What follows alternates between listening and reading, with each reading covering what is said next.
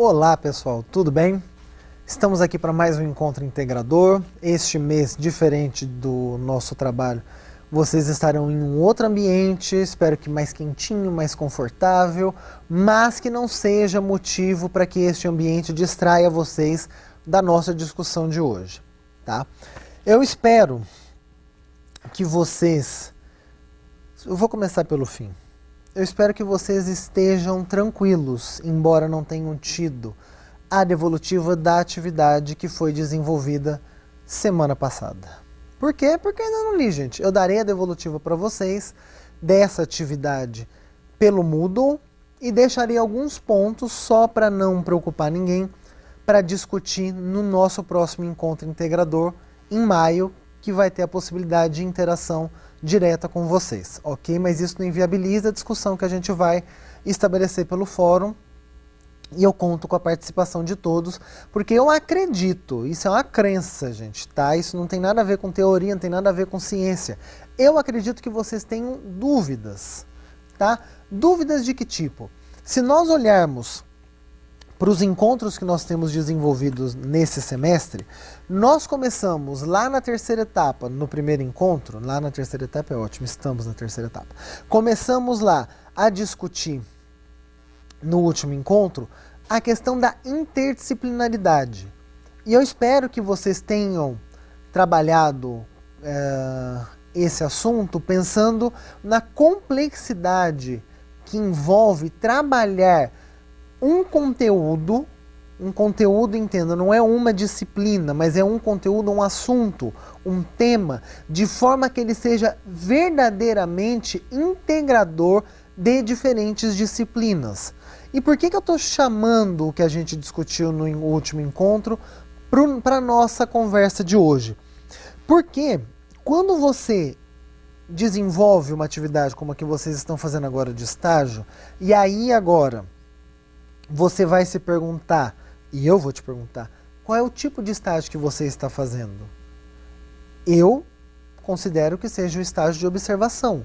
Você está na sala de aula observando a prática de um professor.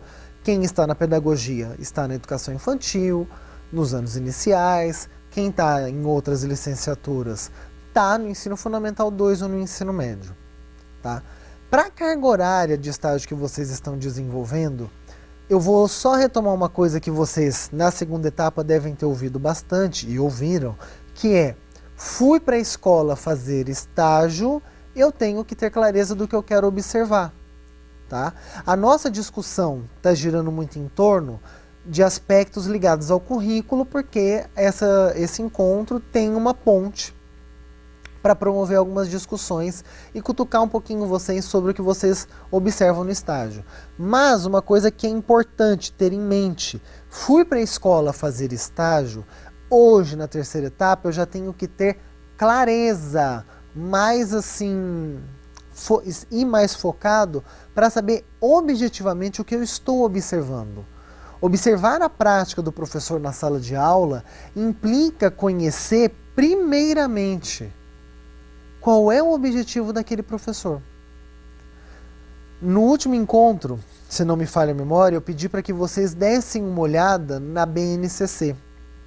Ali nós temos 10 princípios que, de certa forma, dizem, a BNCC, só para lembrar, Base Nacional Comum Curricular, tá? Ela é comum, ela faz proposições daquilo que deve ser trabalhado no assunto duro, no núcleo duro. O que isso significa? O que deve ser ensinado para uma pessoa que está lá no extremo norte e aquela que está no extremo sul, só para a gente retomar, para que ela não saia de um local para o outro do seu país e se veja de repente, lá ela está discutindo um assunto em ciências e quando ela muda para outro lugar, outro assunto que está totalmente desconectado. Tá? Isso vem a base para garantir essa linearidade. O que a base não determina, e aí entra o professor na sua competência, quando chega na escola essa discussão sobre o que deve ser ensinado, o professor, eu não vou entrar no mérito da questão da competência que ele tem para desenvolver o conteúdo, mas eu preciso ter um conhecimento global no papel de professor do que é ensinado antes e depois de mim. Por que antes e depois? Porque se eu estou no primeiro ano do ensino fundamental, recebo criança de 6 anos, eu preciso saber o que foi trabalhado, que habilidades e competências foram trabalhadas com essa criança na educação infantil. O que já foi desenvolvido com ela, dentro do que se espera que uma criança de 6 anos saiba, para a partir daí começar a desenvolver um outro conteúdo que é aquele esperado para o ano que eu estou, para o ciclo que eu estou inserido. Se eu estou no ensino médio, pego lá o jovem, o adolescente, no primeiro ano do ensino médio, o que foi trabalhado com este adolescente em toda a outra etapa da educação básica, no ensino fundamental? Que conteúdos ele já possui? Por que isso é importante, gente? Ter a sensibilidade de fazer essa leitura permite com que nós façamos dentro da escola uma adequação curricular. E a adequação curricular não significa eu não vou ensinar tais conteúdos. Eu vou. Mas aparece muito nas falas de vocês uma preocupação que é: se o aluno chega no ensino médio sem saber ler e escrever, tem sentido eu querer trabalhar outros gêneros textuais se ele não lê e não escreve? Como que eu vou garantir a ele a autonomia de se expressar, trabalhar com a linguagem escrita, se ele não domina o código escrito? E aí agora, hoje em dia é muito falado, eu vou ter que pensar em estratégias, e aí não é só o professor, mas é toda uma escola que vai pensar isso, para tentar fazer ações no sentido de nivelar esse conhecimento. Porque aí vai ser muito prático. Eu vou ter que trabalhar com o que eu possuo, tem uma escola real e tem uma escola ideal. Qual é o real, o concreto que eu possuo nesse momento? E é com base nesse real que eu vou desenvolver a minha atividade. Eu tenho conhecimento do que se espera. Isso é importante que fique bem fixo. Eu tenho conhecimento do que se espera que seja desenvolvido. Só que eu não vou conseguir desenvolver isso. Observem os professores nos estágios que vocês estão fazendo. Quem está lá no ensino médio, no ensino fundamental, na educação infantil, na educação nos primeiros anos. Cada um de vocês, na sua específica realidade, no ano que você está, tenha curiosidade. Por exemplo, eu vou pegar aqui um caso que é semelhante ao que vocês vão encontrar no Guia Orientador. Eles fazem referência ao curso de letras. Você vai olhar lá na BNCC, na Base Nacional Comum Curricular, o que se espera que uma criança, por exemplo, não lembro agora especificamente o ano, do 5º ano ou do 6º ano, aprenda em língua portuguesa. Tá? Lá estará descrito, espera-se que o aluno aprenda isso, isso, isso e aquilo. Você pegou essa bagagem, porque lá ele vai dizer, ao longo do ano, o que vai ser trabalhado. Quando você olha para a sua realidade, hoje, no local que você está fazendo estágio, você, fazendo uma análise daquilo que você registrou, de tudo isso que você está trabalhando, você consegue perceber uma ligação entre o que está lá dito que precisa ser trabalhado e aquilo que o professor está fazendo? E por que eu estou te fazendo essa provocação? Porque tem realidades, gente, em que ainda não se discute a BNCC. Você não discute esse documento que, de certa forma, é nacional, como o próprio nome diz. As escolas ainda não receberam. Se você observa que isso não acontece, e aí entra de novo, eu vou fazer novamente um convite para você que está na terceira etapa. Pense que você já fez o estágio na segunda etapa, você está fazendo o estágio agora na terceira etapa, e algumas coisas continuam te incomodando. Continuam te incomodando. Eu falo que a vida às vezes é igual uma goiaba com um bichinho dentro. O que esse bichinho está lá dentro te provocando? Que movimentos ele está fazendo? Porque é aí que você vai começar a se debruçar para tentar entender um pouco mais e ampliar a sua compreensão sobre a realidade escolar. De novo, eu não vou olhar para a escola e falar está tudo certo ou está tudo errado. Eu preciso ter um olhar crítico e vocês, principalmente, que já estão na terceira etapa, vocês já trabalharam e discutiram alguns conteúdos que não permite mais que vocês cheguem na escola fazendo pré-julgamentos. E o básico, gente, para eu falar isso para vocês, é você não estar no cotidiano da escola todos os dias no período integral que o professor está. Você está um período, tem gente que faz 1 hora de estágio por dia. Tem gente que faz mais, tem gente que faz menos. Mas o importante é, quando eu olho para essa realidade, de que forma, agora, avançando um pouco mais, não é só como o professor trabalha alinhado com o BNCC, esse professor conhece ou apresenta, e isso é um ponto muito importante, ele aparenta ter conhecimento do que vem antes e do que vem depois daquilo que ele está aprendendo. Quando você fez estágio, lá na segunda etapa, você participou de alguma reunião de professores? Você percebeu se esses professores dialogam sobre o componente curricular? Sobre o encadeamento, na construção? Porque você tem que pensar assim, quando entrou lá no primeiro ano, quando entrou lá na educação infantil, quando ele sai no ensino médio, tudo vem numa sequência, e aí vem também ao encontro disso que vocês vão discutir aqui, como se dá a progressão desse conhecimento. Como que esse professor trabalha? Ele tem a ideia de que o conhecimento você sempre vai construir do mais simples para o mais complexo, ou você pode pegar qualquer parte, desconsiderando o que o sujeito sabe, e achar que ele vai aprender a partir daquele ponto para frente? Se a gente pensa na imersão dos nossos alunos hoje, de vocês mesmos, dentro da realidade, com o conhecimento que vocês já possuem de escola, hoje fazendo estágio, com um olhar mais crítico, espero que seja, com um olhar mais crítico para essa escola, como que esse professor demonstra trabalhar com esse conteúdo?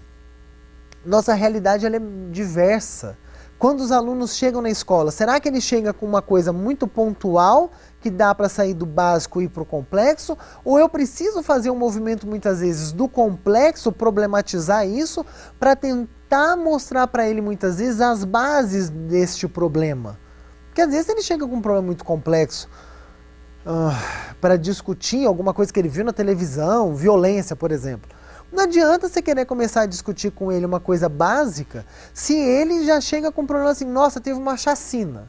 Ou qualquer coisa parecida com isso, violência contra a mulher, problemas que são muito mais densos e muito mais complexos do que uma explicação simples.